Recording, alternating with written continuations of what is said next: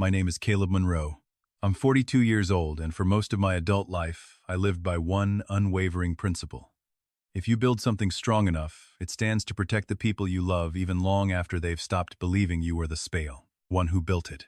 I didn't fully grasp how heavy that truth was until a warm Saturday evening in late October, when I sat in the very back row of my own daughter's wedding. 8 years ago, my ex-wife Destiny packed up our 16-year-old daughter Zion and walked out of my life. She told Zion that I had abandoned them, that I was a criminal who had embezzled money from an affordable housing development in Detroit and disappeared into thin air. Tonight, that same daughter was standing under a canopy of white hydrangeas in a grand ballroom at the Georgian Terrace on Peachtree Street in Atlanta, getting ready to marry the love of her life. The entire wedding, from the string quartet in the corner to the last white peony on every table, had been funded by my company Heritage Holdings. And my daughter had no idea. I parked my car 3 blocks up the street, instead of using the hotel valet, a silver 2014 Toyota Camry with nearly 200,000 miles on the odometer. I own 11 vehicles across 2 states through my corporate holdings. But I chose that old sedan on purpose. Zion used to fall asleep in the back seat of a car just like it. After church potlucks and school plays, her head resting against my shoulder back when being near me still felt like safety to her. I kept the car for the memory. I let the rest of the world believe I kept it because I couldn't afford anything better. The suit I wore was a charcoal gray 3-piece pressed with care. It was the same suit Zion had last seen me wearing 8 years earlier at our family's church outside Detroit. I carried 3 items in the worn leather of my billfold: a brass key to that old church, a faded photograph of 7-year-old Zion clinging to my neck on a muddy construction site, and a sealed white envelope marked in my handwriting for Zion when she is ready. When the formal wedding invitation reached my mailbox weeks earlier, it bore only 2 printed words: Caleb Monroe. No dad, no personal note tucked inside. Just a cold, formal summons. When Destiny spotted me near the foyer, her smile froze before hardening into ice. She leaned into her small circle of friends and said loud enough for half a dozen guests to hear clearly, "I honestly thought he'd have the decency to stay home." Next came Marcus Langston, my former business partner and the man Destiny had married 2 years after leaving me. Marcus clapped a heavy, patronizing hand on my shoulder. "Just find yourself a seat in the back, Caleb," he said with a smirk that didn't reach his eyes. "Nobody's going to be looking at you tonight anyway." Then Zion appeared from a side corridor in a flowing ivory gown, her hair pinned soft with gardenias. She looked at me for one long, silent second. Her eyes weren't filled with hatred. They were just distant, as if looking at a ghost from a childhood she had tried hard to forget. "Dad, sit in the last row on the left," she said, softly, turning away before I could utter a word. I didn't argue. I didn't raise my voice to defend myself. Silence had been my language with this family for 8 years. What none of them realized was that tonight, that silence was finally coming to an end. To understand how a man whose personal net worth exceeds $1.2 billion ends up quietly sitting on a folding chair in the back row of his daughter's wedding, you have to go back to a gray Tuesday morning in April outside Detroit. I had spent 3 years and $4 million developing a 40-unit affordable housing complex meant to give working-class families a clean, safe place to live. That morning, a city code enforcement officer and a process server showed up at the site. Marcus had secretly cut corners on structural materials to line his own pockets, and when the discrepancy was flagged, he panicked. He forged my signature on an altered inspection report and placed a manila folder in Destiny's hands, convincing her that I had skimmed $200,000 and was about to face federal fraud charges. Destiny didn't examine the paperwork. She didn't ask questions. When Destiny was 12 years old, her own father had walked out in the middle of the night over unpaid debts, leaving her and her mother out on the curb with everything they owned packed into 2 black trash bags. Poverty wasn't an abstract concept to Destiny. It was a monster whose face she knew all too well. When Marcus handed her a document suggesting I was about to drag her back into that nightmare, her survival instinct kicked in. She grabbed our daughter and ran. I tried to explain the truth to her in our driveway as she packed her trunk. I begged her to look at the date on the letterhead to notice that the signature wasn't mine. But fear doesn't listen to evidence when it has already decided which story keeps it safe.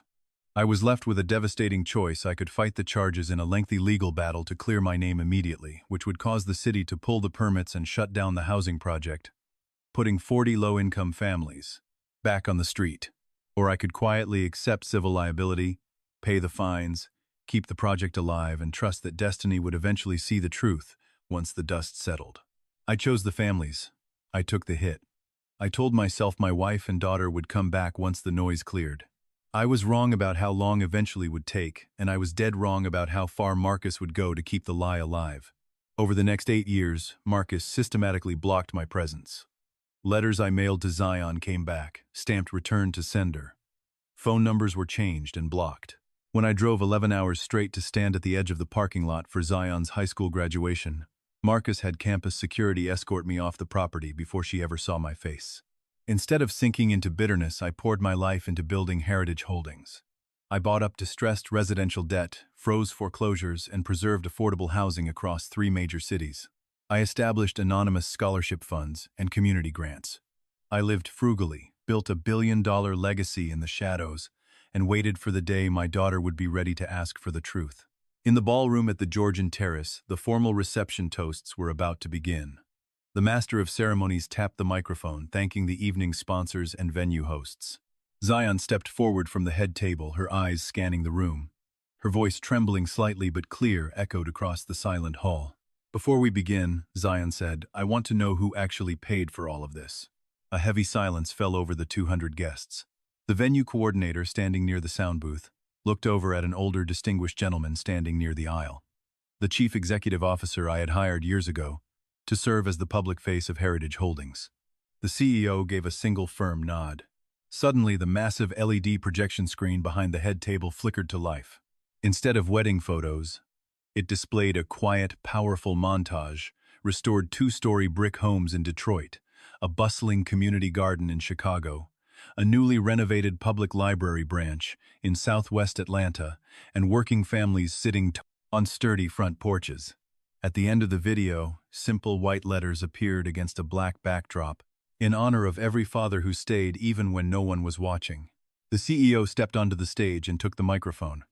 "The bride asked a fair question," he announced, his voice reverberating through the room. "The entire cost of this evening, along with the endowment for the community venue, was covered by Heritage Holdings, a firm valued this year at $3.8 billion. The founder of Heritage Holdings, who owns a personal stake of $1.2 billion, is sitting quietly in the back row tonight.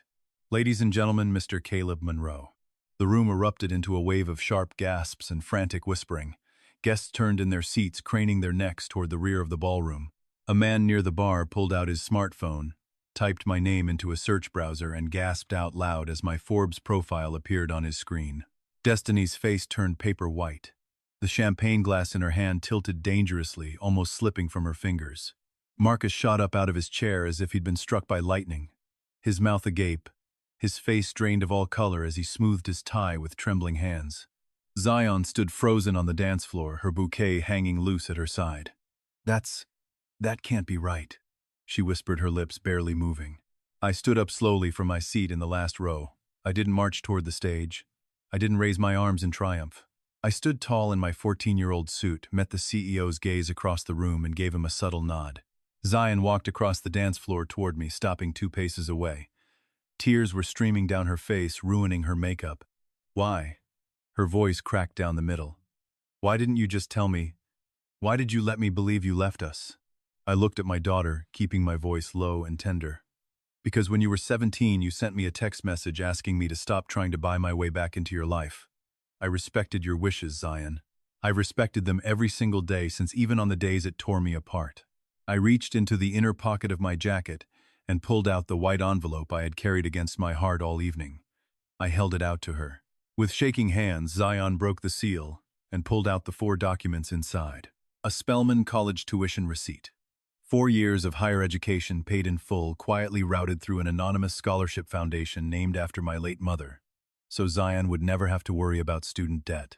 A seed funding confirmation documentation showing that the seed capital behind her husband Jordan's pro bono legal practice, which defended low-income families from predatory landlords, had been anonymously granted by Heritage Holdings.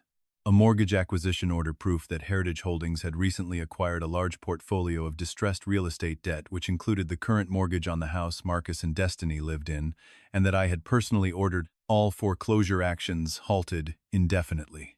The original unaltered materials report. The pristine original 2018 inspection document from Detroit, bearing my real signature alongside a certified forensic audit proving that the copy Marcus had shown Destiny 8 years ago was a prial, crude forgery.